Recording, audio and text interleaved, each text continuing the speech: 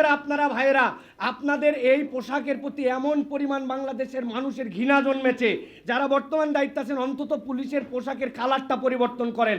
এই কালার আমরা দেখতে সহ্য করতে পারি না। সম্মানিত উপস্থিতি, বিশেষত আজকের এই সময় উপযোগী সেমিনার যেটি কেমন বাংলাদেশ চাই শীর্ষক এই প্রোগ্রামের যারা উদ্যোক্তা এবং আমাদের যারা অতিথিবৃন্দ আসছেন সকলের প্রতি মোবারকবাদ জানাচ্ছি। বিশেষ করে আমরা এর আগে দেখেছি আমাদের সেমিনারগুলোতে আমাদের মূলধারার মিডিয়ারা আসতেন না, মূলধারার মিডিয়াদেরকে কিসে আটকায় রেখেছিল। আজকে মূলধারার মিডিয়াদের আশা দেখে আমরা সেটা অনুভব করতে পারছি, এই জন্য তাদের প্রতি কৃতজ্ঞতা জানাচ্ছি।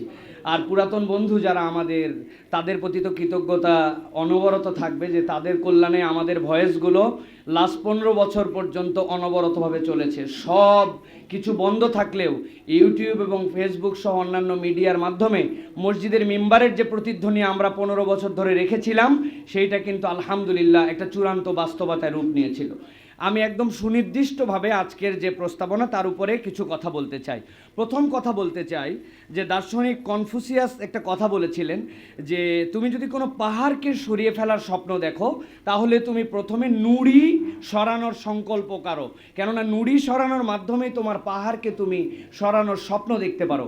এই কথার আলোকে আমরা বলতে চাই যে প্রথমে কেমন বাংলাদেশ দেখতে চাই, আমি দেখতে চাই যে আমাদের নিজেদের মধ্যে একটা পরিবর্তনের বাংলাদেশ দেখতে চাই।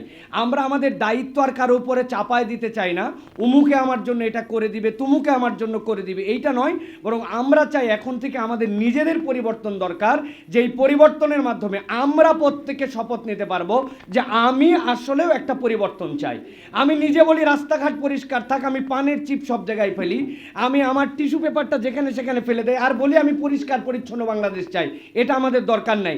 এবং আম্বিয়ায়ে কেরামের পদক্ষেপ দ্বারাও বোঝা যায় তারা সর্বপ্রথম তাজকিয়া নফস করেছেন।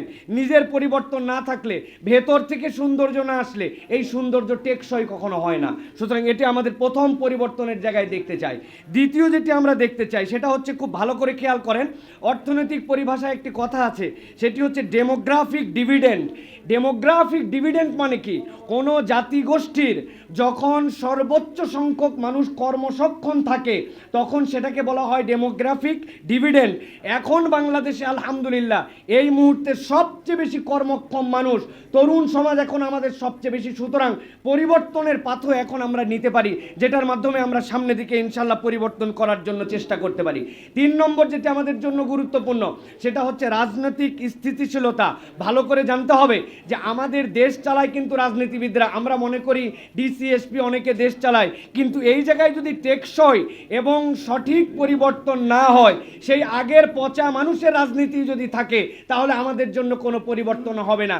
এই জন্য একটি কথা আমাদের মনে রাখতে হবে, আমাদের নেতার পরিবর্তন দরকার নাই, নেতা অটোমেটিক আল্লাহ তৈরি করবেন, কিন্তু নীতির পরিবর্তন আমাদের দরকার।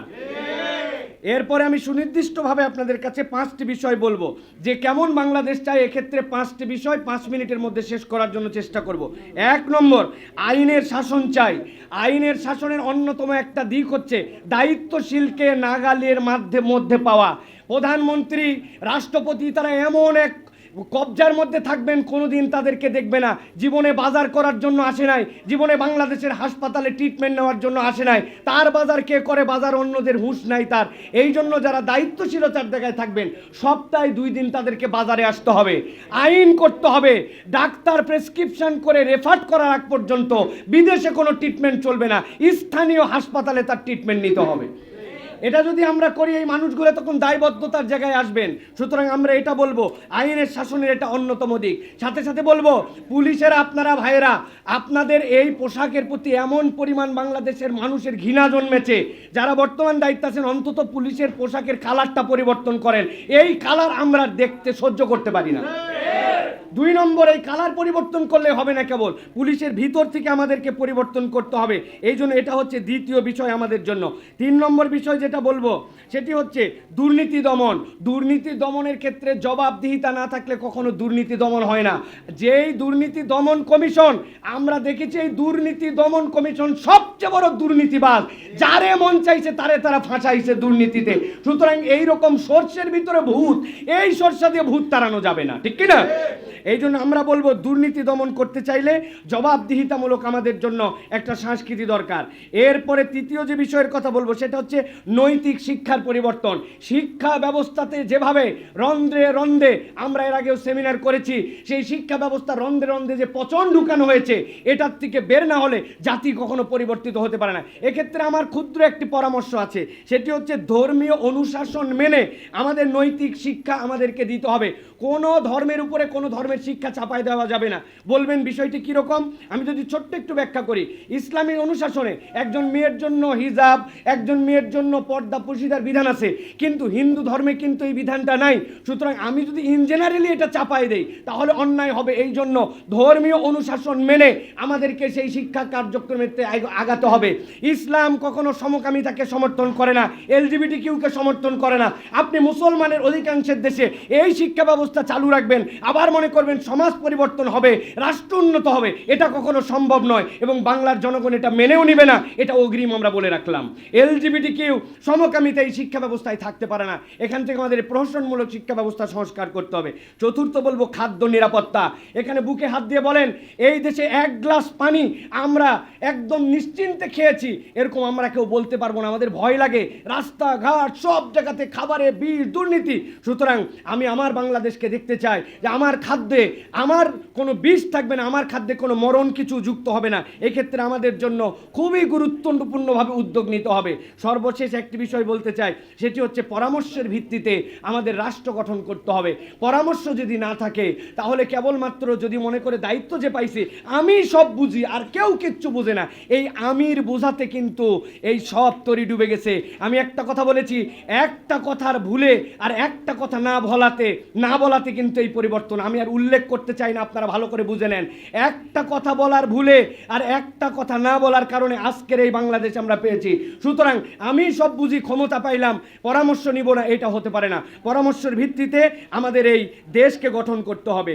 লাস্ট একটা কথা বলতে চাই, আমরা ম্যানুফ্যাকচারার কান্ট্রি হইতে পারি নাই, আমরা অ্যাসেম্বলার কান্ট্রি হয়েছি। সুতা কিনি এক দেশ থেকে, মেশিন কিনি এক দেশ থেকে, তেল কিনি এক দেশ থেকে। আমি কেবল প্রোডাক্ট বানাই, সাপ্লাই করি না। অথচ আল্লাহ আমাদেরকে অন্যতম একটা ইন্ডাস্ট্রি দিয়েছেন, যে ইন্ডাস্ট্রির মূল্যায়ন কখনো কেউ করে নাই। সেটা হচ্ছে আমাদের কৃষি ইন্ডাস্ট্রি।